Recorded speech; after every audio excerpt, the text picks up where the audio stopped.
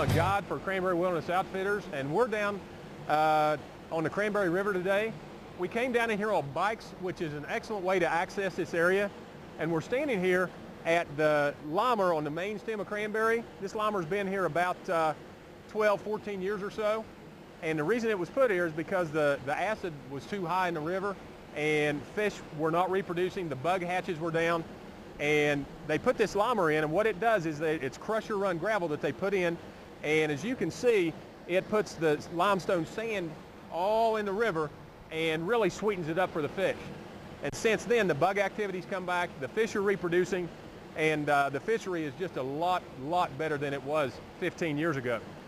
But what we're going to do is we're going to try to fish this run right here, and we're going to get into position because, you know, if you had a spinning rod, you could almost hit it from anywhere, but a fly rod, you've got to get into position so your flies don't drag, because fish presentation is the key, and that's what you want, is get in the right position for the right cast. So let's see if we can get into position right over here.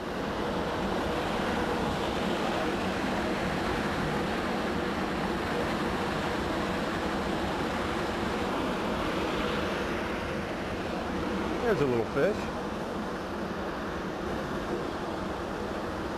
Now that's a native brook trout, and that's a pretty good fish for up in here.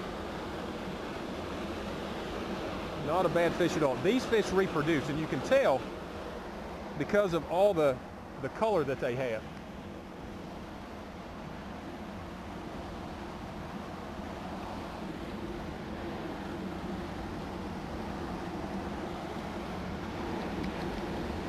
We're going to put you back, buddy. They're just colored up real pretty spots. And what you want to do when you release one of these fish is just like I did, you want to wet your hand first. Just kind of check them out, because these fish have a protective coating, slime, on their body. And you don't want to mess that up, because even though you release the fish properly, it could really damage the fish and kill it eventually. So now what we're going to do is just dry this fly off,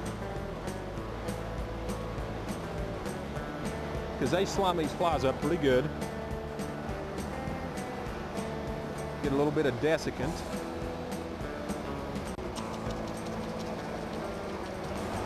And let's see if we can find another fish.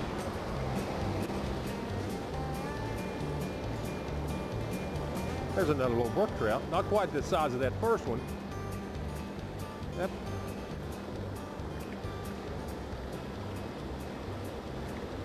That's the advantage about a large arbor reel. You can take line in a lot quicker.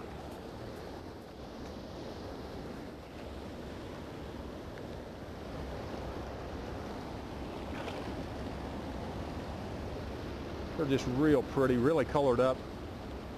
Nice white fins. Neon blue, bright red. And the little guys, you can kind of lift them like that, like you would a bass.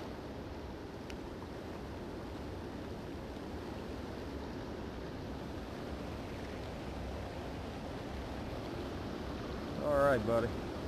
Yeah, we moved here in 1967. I was 4 years old, and been here ever since. I've taught school for the past 15 years. And guided for about the past 12. So it's kind of a neat mixture. I enjoy teaching, you know, kids their academics, but I also like being on the stream and teaching people how to use a fly rod, about the insects and that kind of thing. That's a little better than the last one. Another tip, you can kind of reel your line up. That just kind of helps everything stay kind of nice and neat, so you don't get line everywhere.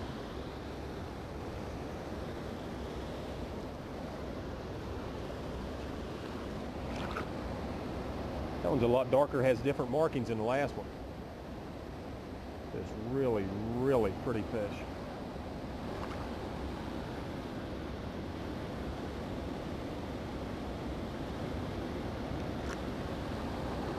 And we're going. The easiest people to teach to fly fish are beginners, because they have no bad habits to break. You know, somebody who has been fly fishing for a couple of years and maybe not done the casting strokes exactly right, and they're wondering why something's not working, well, it's real hard to change that habit. You take someone who's a beginner, it's a lot easier to work with that person, you know, and especially kids. Probably one of the worst habits people have is wanting to false cast too much.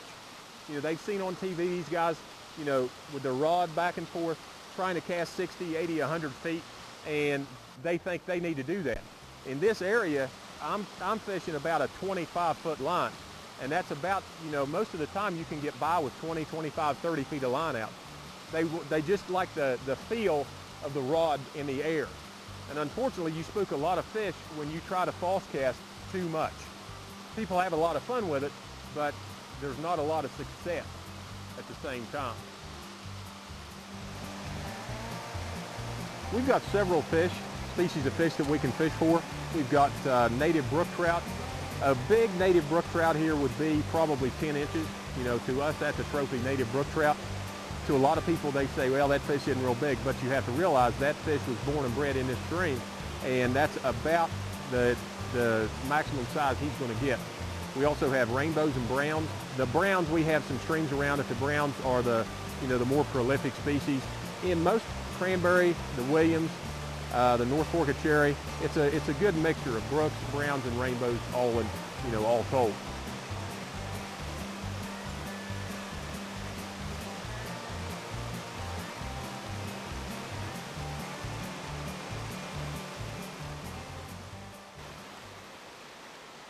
In 12 years, I had one fishless day, and that was about the first part of August a few years ago during a drought, and the water was just non-existent. The fish were there, but it was just a super, super tough day. But most days you can catch anywhere from 10 to 20 fish. Some days you'll have a lot better luck than that. If you know how to read the water, throw a kind of a tight line, and not spook these fish, you can do real well.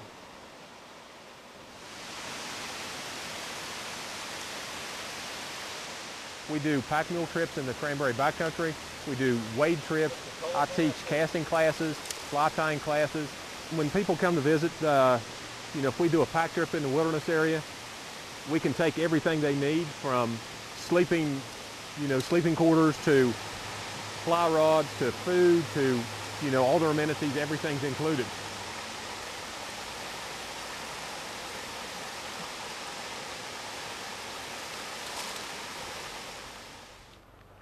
Yeah, they like to jump.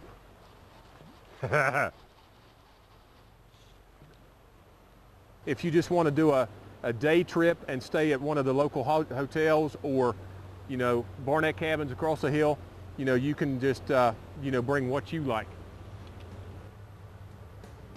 All right, buddy. Let's get you in here. If you stay here at the lodge here in Richwood, you're kind of limited to what's there. It's just a small hotel, not real fancy, and there's a lot of people who like that kind of thing.